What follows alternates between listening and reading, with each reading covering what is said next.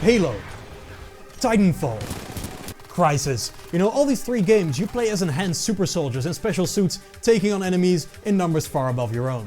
They are all first-person shooters, so of course ranged weapons are the focus. Now, as fun as it is to destroy enemies by pointing a steel remote at them and pressing the off button, these guns can never really convey the true power of these characters. For that, we need the melee strike.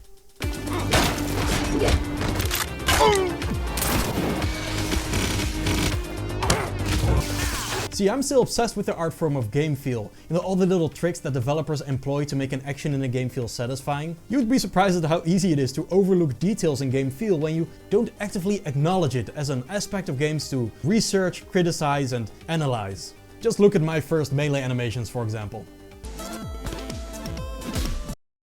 Ooh, not a fan of that, though at the time I considered it kind of as good as it was gonna get. Not because I didn't have the skill to make anything better, but because I didn't even think to define what better would mean. You will not find the answers to the questions you don't ask. So today, let's engage again in my favorite hobby of nitpicking game feel and see what we can find. Right, melee strikes in third and first person shooters. What turns a punch from mid to spectacular? First of all, we have different kinds of these situational melee systems. First person shooters almost always opt for a single action melee strike button. Press it and the character throws a single punch, that's it. Something I didn't realize when I made my first FPS games is just how much work I could save myself from with the type of animation choice. Using memory as a reference is always the worst idea, so of course, that's what I did making these first animations. I envisioned an animation where the character punches with the rifle stock or pistol they're holding. This is cool and all, but did mean I ended up making unique animations for every weapon, which is time consuming. It was like a year into making FPS games that I realized, wait, you can also just make a knife or punch animation without taking the current weapon into account at all. This is what Crysis 3 does, for example. Press the melee button and the gun instantly disappears, replaced with a beautifully object motion blurred fist. First small thing to note, a melee attack should always cross or land near the player's crosshair. It's where the player aims after all. Seems obvious when you think about it, but it's oh so very easy to not think about. Here in Crysis, the developers knew what they were doing and the fists land clean in the center of our vision. The animation itself is simple but effective. Prophet's punches are so fast and ruthless that it totally sells this idea of playing as an enhanced super soldier.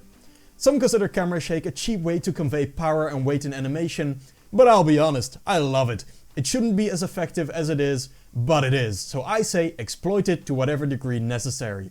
Here the slight camera shake when the punch reaches its apex adds to the feeling of power. We still have to put this entire thing to the test though. I really want you to think about this. We are playing as an absolute force of nature. A human, yes, but enhanced to the point of being able to send a car flying with a single kick. Imagine what a punch from this god would do to the body of a poor human standing in Prophet's way. Let's have a look. Fall back, fall back. Well done. You got it right. The enemy does indeed die. But we kind of expected more than that, didn't we? This is why game feel matters. In many other game examples I'll show, the result of a melee strike is the exact same. Enemy dies. But there is so much more you can do over the course of those couple frames to leave an impact. In this case, leaving an impact is exactly what Crysis 3 doesn't do. For this video I tried to get the cleanest footage of me hitting an enemy and it just didn't happen. It was always an awkward blur, passing so fast I was never able to feel the impact in real time, the enemy being on the floor before I could even process what happened. So what's wrong here? The melee animation looks fine by itself. Well, one of the issues you tend to face with melee in first person is that the player can't tell how close they are to an enemy. It might look like your attack is gonna hit them square in the face, but in reality you're often farther away than you think. Why does that matter? Impact. A punch feels at its best when you can see it connect and see the enemy react directly. If you're at the wrong distance, the animation can look floaty. In Crysis 3 here, it's like your punch and the enemy's reaction exist in entirely different universes. Punch animation plays, enemy ragdolls onto the ground, but there's no real moment of connection where you can tell, oh, I just hit someone that moment. The enemy's reaction doesn't seem entirely in tune with the attack either. They mostly just ragdoll into the ground instead of being launched backwards as you might expect. The lack of impact can also partially be contributed to the lack of different animation for hitting versus missing, or a bonus amount of camera shake. Also, I think the use of hit markers on melee is a bit silly and lessens the impact somewhat, but maybe that's just me. None of this is actually the core issue though, for that we have to dive deeper beneath the surface of visuals. Sound design. Listen to a couple of these hits in a row. Fire on it now! Head job, Prophet.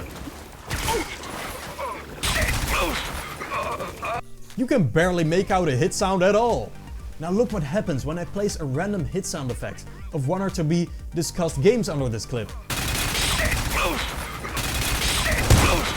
It almost solves the problem right then and there. We are so much more able now to pinpoint the moment of the punch hitting and have gotten so much more insight into the power of this punch. Now to top it all off, let's add some fake camera shake in post and look at the difference.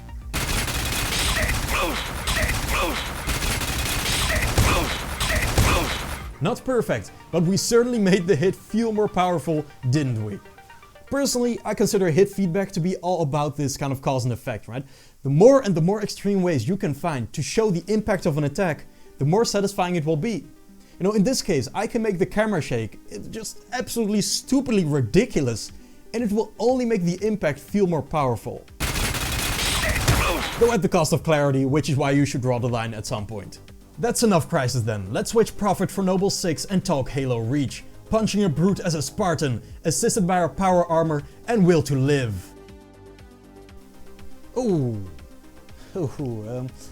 Anyway, here goes.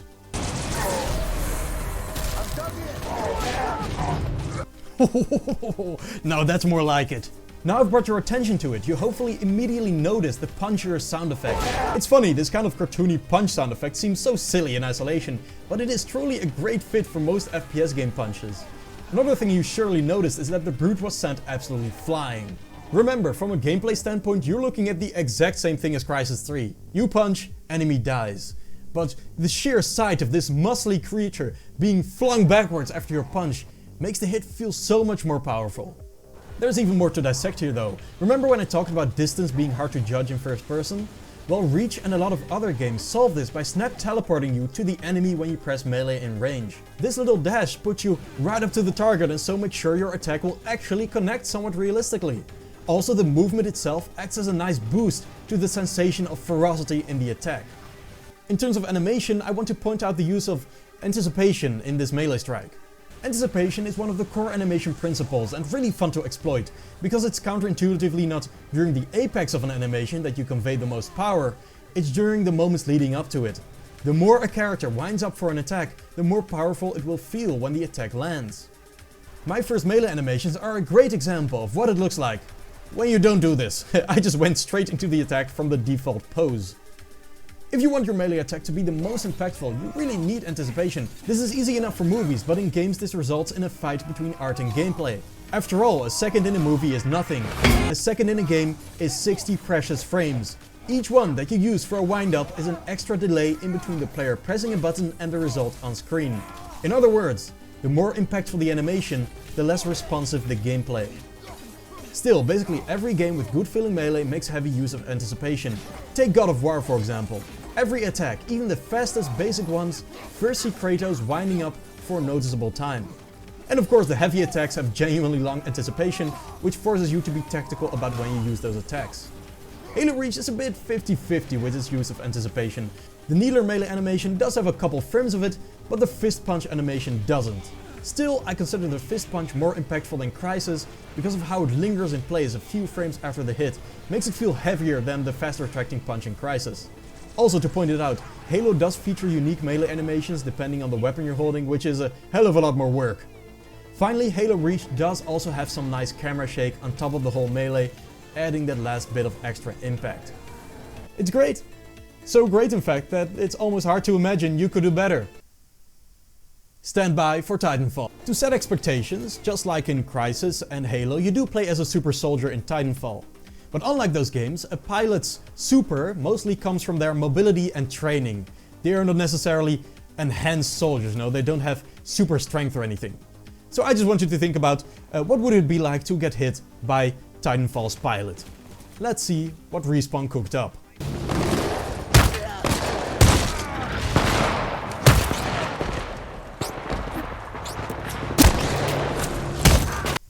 Titanfall? More like Titan Brawl. I mean, come on. This is getting to that level of game feel I'm looking for. Screw an enemy ragdolling to the ground. I want them to be launched into oblivion at Mach 10. Noble 6 struggles to punch a grunt more than 3 meters away, but here, Titanfall's Cooper can just punch a dinosaur into decameter territory, you know?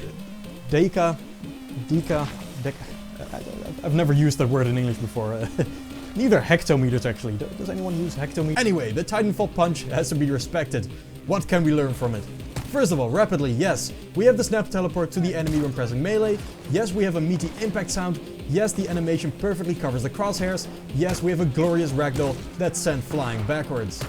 Also, I love the anticipation in the melee animation. Instead of having the character wind up with the fist they're punching with, they use the other hand to line up and throw momentum into the punch. It looks visceral, especially because of the ridiculous blood splatter. The camera shake is also very over the top and as a result contributes heavily to the feel here. Rotational camera shake like this is my favorite kind of camera shake. It's more realistic but also conveniently makes the shake effect most prominent in the peripheral instead of the center of the screen where you need clarity, as would be the case with simple translational shake.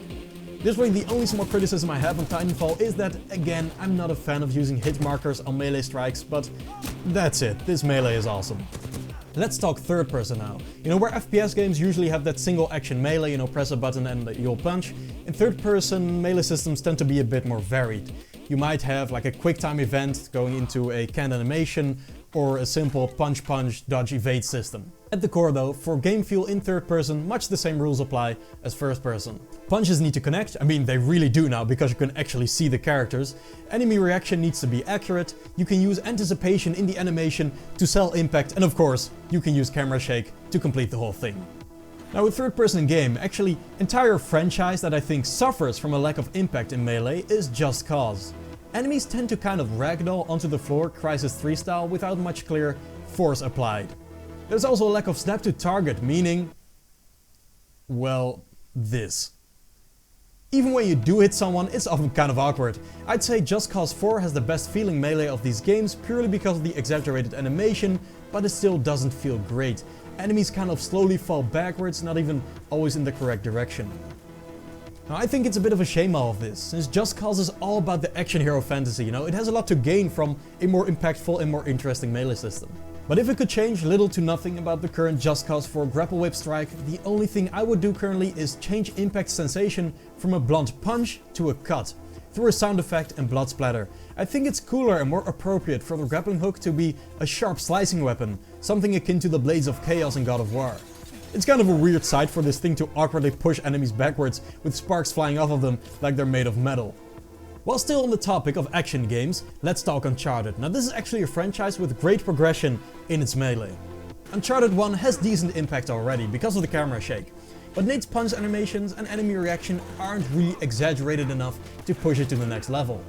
Uncharted 2 has much better animation, everything connects and enemies react well.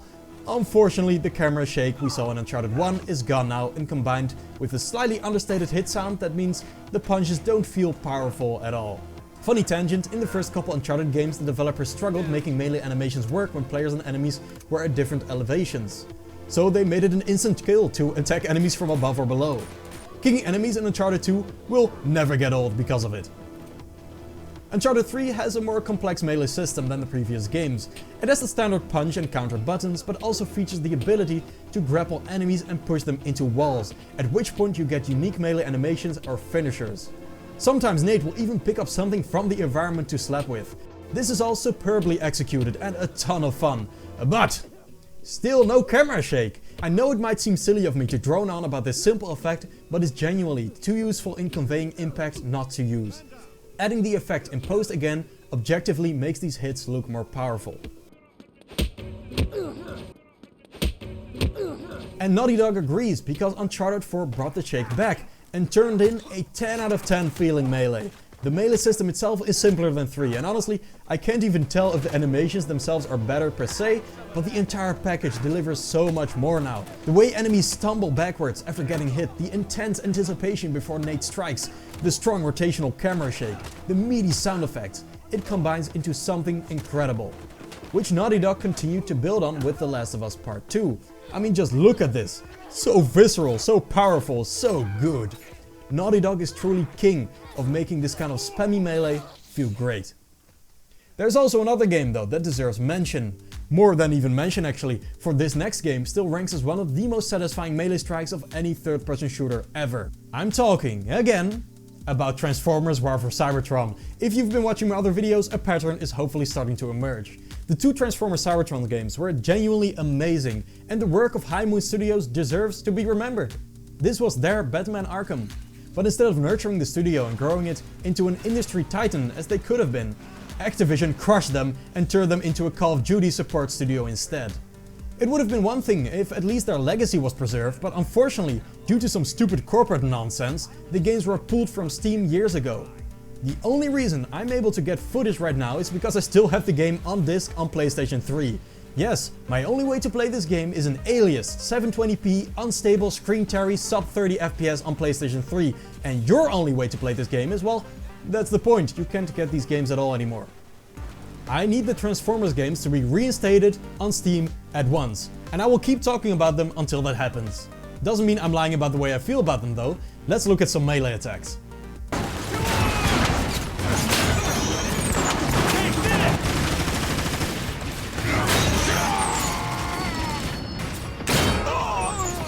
I mean, come on, talk about anticipation. Thundercracker launches himself into the air, manifests a blunt steel scepter and slams it down with the force of a freight train, crushing the pathetic Autobot into the floor. The sound is just brutal, the camera shake is intense, and the Energon oil whatever stain on the camera is a cheesy but somehow entirely fitting effect to elevate the brutality.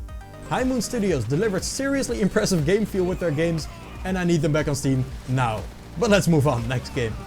Borderlands 3, gun with bayonet attached. What do we see?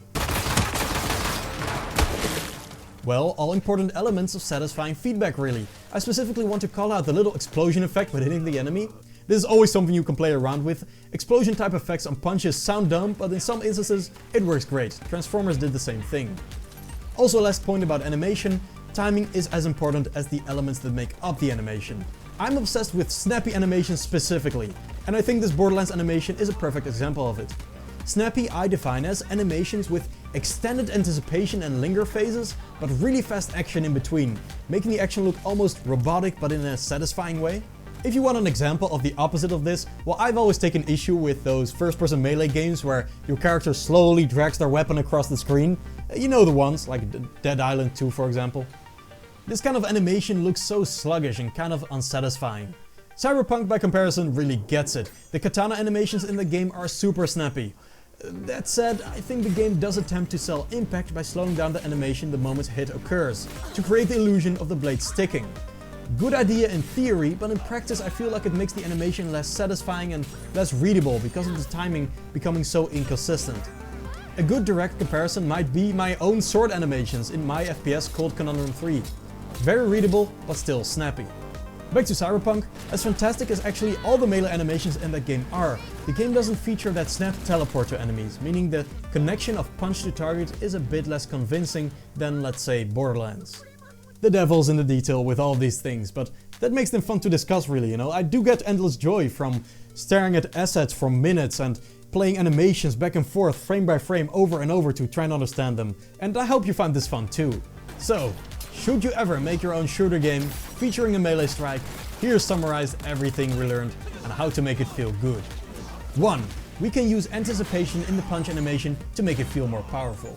2. We can dash the player to the target to sell the hit connecting. 3. We can use camera shake to elevate the sensation of impact. 4. We can make the animation cross or land on the player's crosshair to make the attack more satisfying. 5. We can push enemies backwards, make them react with exaggerated animations or even send them flying on death to make the attack feel more visceral. 6. We can use loud hit sounds to make the melee feel more brutal. 7. We can use blood splatter or explosion effects on the hit to function as feedback. One thing's for certain, you will never look at melee animations in games the same again. Thank you for watching, I'll see you around.